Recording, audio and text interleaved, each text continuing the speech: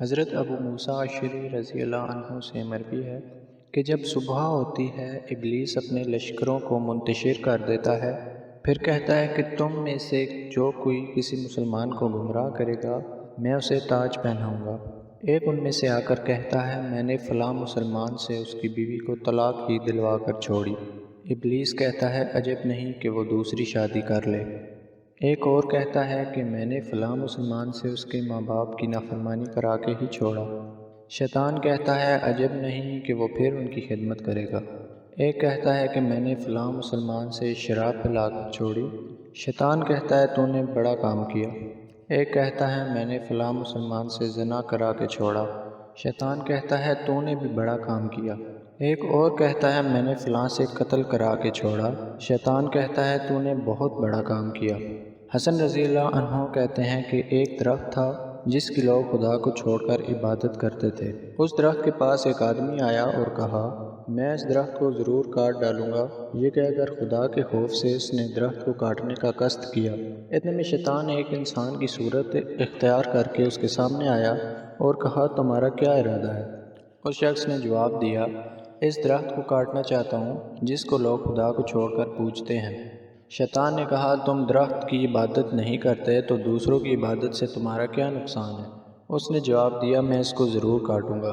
شیطان نے کہا کیا تم ایسی چیز چاہتے ہو جو تمہارے لیے بہتر ہو؟ تم اس درخت کو مت کاٹو، تم کو ہر روز صبح تکی کے نیچے سے 2 دینار ملا کریں گے۔ اس نے کہا تمہاری اس بات کا ضامن کون؟ شیطان نے کہا میں خود ذمہ دار ہوں۔ وہ شخص واپس لوٹ آیا۔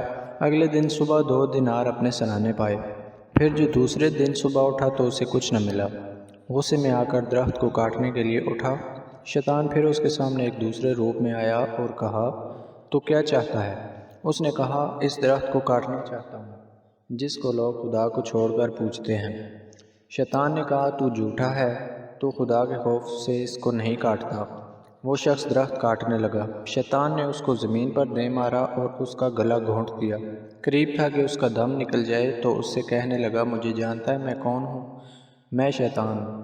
پہلی بار تو خدا کے واسطے غصے سے بھرا ہوا تھا تو میں تجھ پر قابو نہ پا سکا، اس لیے تجھ کو فریب دیا کہ 2 دینار ملا کریں گے، تو نے اس کو چھوڑ دیا۔ اب جب کہ تو 2 دیناروں کے لیے غصہ کر کے آیا تو میں تجھ پر غالب ہوا۔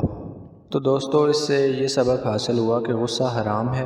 غصہ خدا کی رضا کے لیے کیا جائے تو بہتر ہے، اور اگر اپنی ذات کے لیے غصہ کرو تو شیطان آپ پر غالب ہوتا ہے اور آپ کو خدا سے دور کر دیتا ہے۔ اس لیے غصے کی حالت میں شیطان سے خدا کی پناہ مانگا کرو۔ اللہ پاک ہم سب کو عمل کی توفیق عطا فرمائے، آمین۔ اگر آپ کو ہماری یہ ویڈیو اچھی لگی تو اسے لائک کریں اور اس طرح کی مزید ویڈیوز کے لیے ہمارا چینل سبسکرائب کریں۔ شکریہ۔